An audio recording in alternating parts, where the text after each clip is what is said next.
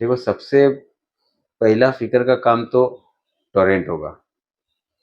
ये एक ऐसी चीज़ मुसल्लत कर दी गई है मुमरा, कौसा के और कलवा के गरीब लोगों पर, जिसका कोई जवाब ही नहीं है। मेरे घर का बिल 7-8 हज़ार रुपये आ रहा है।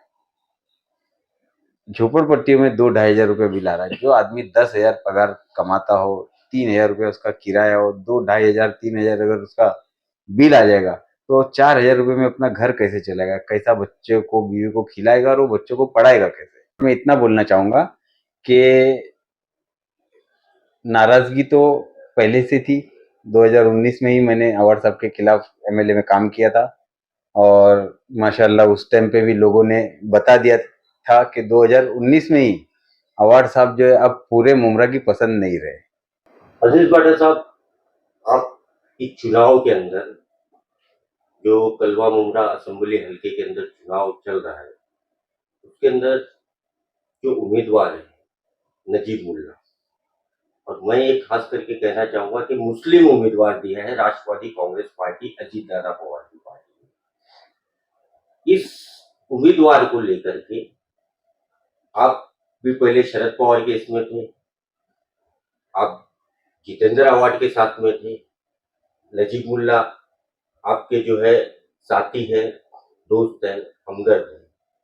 इस चुनाव में आपने उधर से नजीब मुल्ला के जानिब क्यों कदम बढ़ाया और किस वजह से, मतलब जो जनता है वो उनको वोट देवे? बहुत लंबा सवाल है, जवाब भी बहुत लंबा होना चाहिए, लेकिन इलेक्शन का दौर है, लोग बड़े शॉर्ट जवाब सुनना पसंद करते। तो मैं आपको बस शॉर्ट में इतना बोलना चाहूँगा कि नाराज़गी तो पहले से थी। 2019 में ही मैंने अवार्ड साहब के खिलाफ एमएलए में काम किया था और माशाल्लाह उस टाइम पे भी लोगों ने बता दिया था कि 2019 में ही अवार्ड साहब जो है अब पूरे मुमरा की पसंद नहीं रहे। इसीलिए उनके खिलाफ जो है 30,000 वोट किसी एक नामालूम शख्सियत ने ले लिया। रही बात पार्टी की, तो पार्टी वही है, चिन्ह भी वही है, नेता बदल गया है। बस यही बोलना चाहूँगा। नजीब मुल्ला साहब के अंदर आपको ऐसी शख्सियत क्या नजर आया जो हम शहर वासियों को ये बता सके, जो लोग नहीं जानते कि वो लीडर किस तरह के लीडर है और किस अंदाज में वो काम करते हैं? देखिए, ऐसा है ना कि बाकी नगर सेवकों के बारे में तो मैं नहीं बोलूँगा, लेकिन आपने देखा होगा मेरा 2016, 17, 18, 19 उसके बाद के जब भी मैंने इंटरव्यू दिया हूँ, डेवलपमेंट के ताल्लुक से या किसी मुमरा कोसा के किसी मुद्दे पे, तो मैंने हमेशा ये कहा हूँ कि काम तो हुआ है, लेकिन वो अवार्ड साहब ने नहीं, अकेले नहीं किया, उसमें सबसे बड़ा हाथ नजीब मुल्ला का था। बाकी लोग का मैं बोल नहीं सकता, लेकिन मैं ये बात पचासों बार इंटरव्यू में बोल चुका हूँ कि नजीब मुल्ला अगर नहीं होते तो ये जो डेवलपमेंट आज आप मुमरा कोसा का देख रहे हो, तो ये जितेंद्र अवार्ड साहब नहीं कर पाते।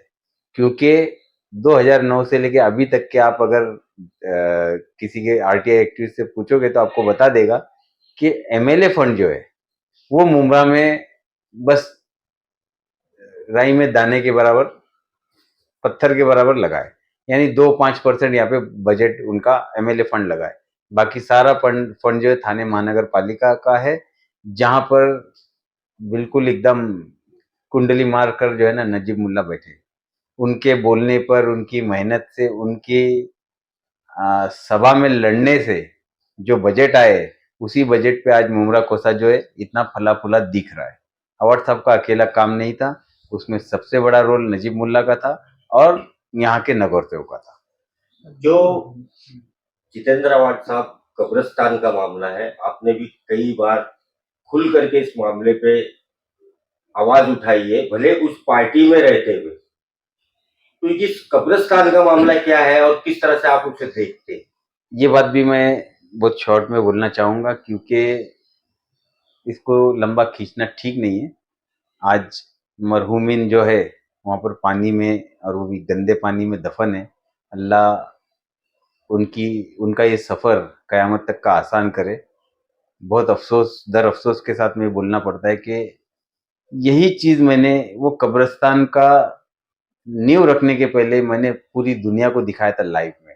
अगर आपको याद होगा और बिल्कुल। देखने वालों को अगर याद होगा नहीं नहीं, तो आपने किया था। मैंने ये सबसे पहले मतलब अल्लाह ने मुझे वो दूरंदेशी दी थी, इसलिए मैं बिंदास होके बे मतलब बिना डरे जो है ना अपने पार्टी के सारे लोगों के खिलाफ जाकर वहां पर अपने ईमान की लड़ाई लड़ा था। मैंने ये दिखा दिया था लोगों को कि देखो यहाँ पर ये जमीन है, ये दलदल है और बाजू से नाला बह रहा है और वो भी एसटीपी प्लांट का पानी जब छूटता है तो पूरे फोर्स में छूटता है, वो जमीन को फाड़ कर जाने की ताकत रखता है। लेकिन गलती उसमें मैं क्या बोलूं,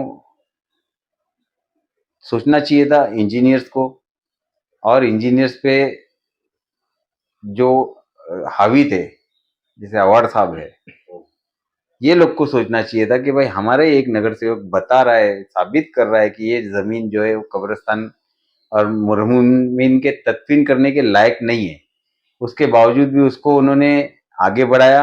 बहरहाल मैं ज्यादा बोलूंगा नहीं, मैं ये समझता हूँ कि जो होता है वो अल्लाह की मर्जी से होता है। वो हुआ, आज वो कब्रिस्तान बना। इतना बवाल जो हुआ है ये अब हुआ है जब अक्सर जो है ना 8 9 महीने 10 महीने जो है वहां पे पानी रहता है, 3 महीने 2 3 महीने ऐसा रहता है कि पानी नहीं रहता है। मैं यही बोलूंगा कि बहुत गलत काम हुआ ये होना नहीं चाहिए था, लेकिन अब हो गया है। एक कब्रिस्तान मिला है तो उसको कैसा सुधारा जाए, उसमें कैसा बेहतरी किया जाए, इसके ऊपर टीम नजीमुल्लाह अब काम कर रही है।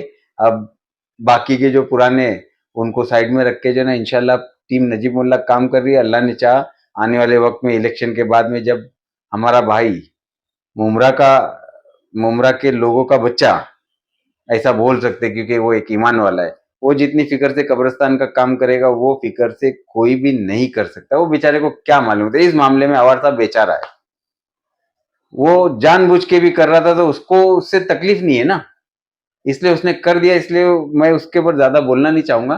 कब्रिस्तान को लेकर 5 करोड़ रुपए का फंड अभी आया हुआ है, इंशाल्लाह ये आचार संहिता खत्म होगी तो सबसे पहले वो 5 करोड़ रुपए को जो है ना ऐसा इस्तेमाल किया जाएगा कि अब जो तदफीन हो रही है वो मिट्टी ऐसी रहेगी, उसके ऊपर हाइट बढ़ाकर मिट्टी भरेंगे और तदफीन जो है ना 5 साढ़े 5 फुट नई मिट्टी में ही करेंगे ताकि नीचे जो 2 ढाई फुट दलदल और पानी है उसका मसला ही खत्म हो जाएगा इंशाल्लाह।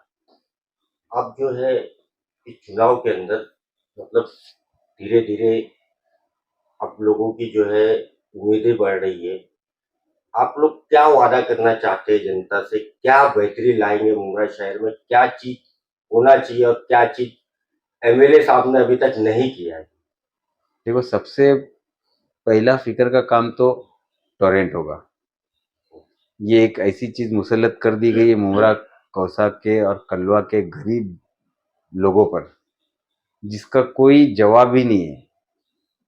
मेरे घर का बिल 7 8 हज़ार रुपये आ रहा है, झोपड़पट्टियों में 2 ढाई हज़ार रुपये बिल आ रहा है। जो आदमी 10 हज़ार पगार कमाता हो, 3 हज़ार रुपये उसका किराया हो, 2 ढाई हज़ार 3 हज़ार अगर उसका बिल आ जाएगा तो 4 हज़ार रुपये में अपना घर कैसे चलेगा, कैसा बच्चे को बीवी को खिलाएगा और वो बच्चों को पढ़ाएगा कैसे।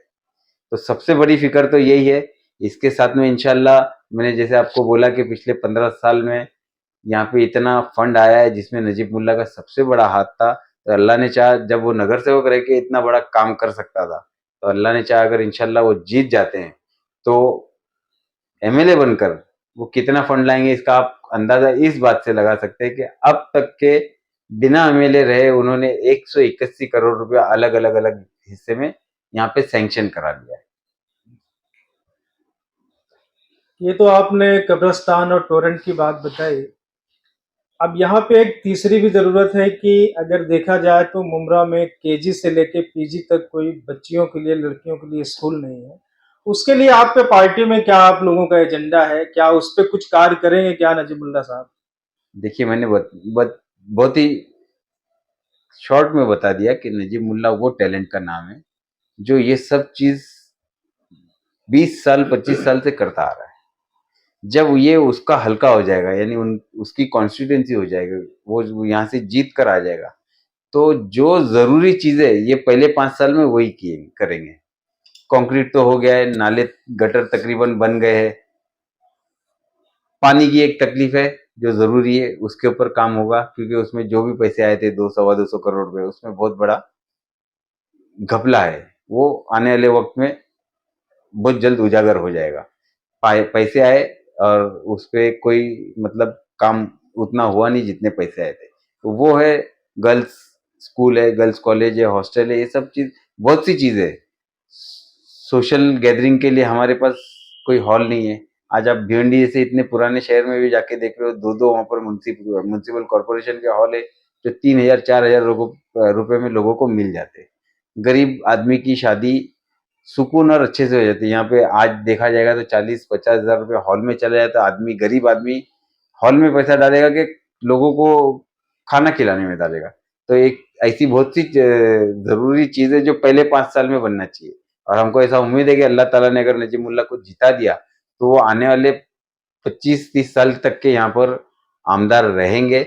और जब वो 25 आने वाले 25-30 साल तक के आमदार रहेंगे तो मुमरा का पूरा नक्शा बदल जाएगा इंशाल्लाह। और आप आपसे ये भी जानना चाहेंगे कि जैसे कि आपने बोला कि 2019 में हम लोगों ने एक प्रदर्शन किया था, उसमें यूनाइट हुए थे। तो क्या वो उतना ही रहेगा या उससे भी ज़्यादा आप लोग इस बार जो है यानी अपनी ताकत को दिखाएँगे? देखिए मैंने बताया ना, जैसे कि एक नामालूम शख्सियत और एक नई पार्टी आम आदमी पार्टी को इतना समर्थन मिला था कि वो आदमी वो कैंडिडेट 30,000 वोट के ऊपर जा चुके थे। ये तो जाना माना चेहरा है, लोकल है, यहीं का भूमि पुत्र है। राबोड़ी उनका गांव है, राबोड़ी यहाँ से सिर्फ 9 किलोमीटर दूर है। तो यहाँ के लोगों के साथ में पुराने ताल्लुकात, ये सारी चीजें ना उनके लिए बहुत मतलब काम की है। क्योंकि 2009 में जब आवाड साहब यहाँ पे इलेक्शन लड़ने आए थे तो उनका इलेक्शन पूरा डिजाइन और प्लान किया ही नजीब मुल्ला ने था। हम सब उनके साथी थे और हमने देखा था कि उस टाइम पे उन्होंने कैसा इलेक्शन लड़ाया था। सिर्फ 13 दिन का वक्त मिला था हमको, वो 13 दिन में इलेक्शन लड़ा के कलवा से 12-13 हजार वोट की से पीछे से थे, पीछे रहकर आवाड साहब जो है मुमरा में एंट्री लिए थे। और उसके बाद में वो लीड को कवर करके जो है ना 15-16 हजार की लीड से जीते थे। तो उसके पीछे जो है सबसे बड़ा हाथ नजीब मुल्ला साहब का था।